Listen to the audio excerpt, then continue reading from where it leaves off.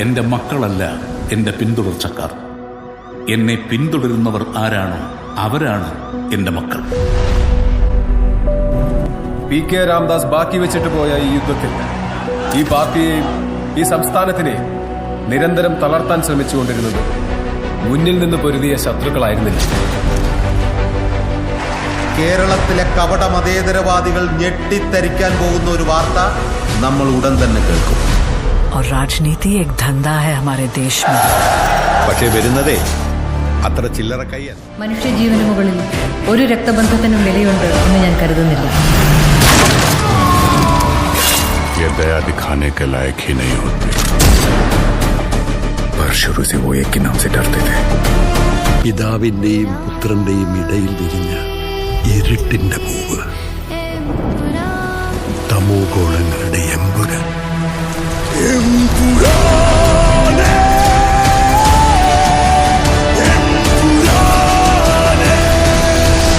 ഈശോ മിശിഹായ്ക്ക് സ്തുതിയായിരിക്കട്ടെ. ജാൻവി അല്ലാതെ ഇന്ന് ഈ ലോകത്ത് രക്തബന്ധം എന്ന് പറയാൻ എനിക്ക് ഒരാളേ ഉള്ളൂ അങ്കിൾ. പണ്ടെപ്പോഴോ കേരള രാഷ്ട്രീയത്തിൽ വെറും ഒരു MLA മാത്രമായിരുന്ന ഒരാൾ. അയാളെ എന്തിനാണ് സാർ ഇങ്ങനെ പേടിക്കുന്നത്? നമ്മൾ അറിയാത്തതെന്തോ Stephen നെടുമ്പള്ളിയുടെ കഥയിലുണ്ട്. Face the world, Abraham.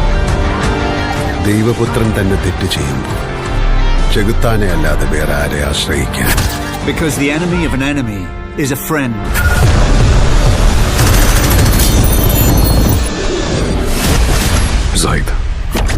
Zaid Masood. We have to end this war. Save your land. Save God's own country.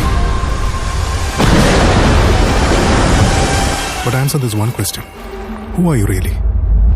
Lucifer.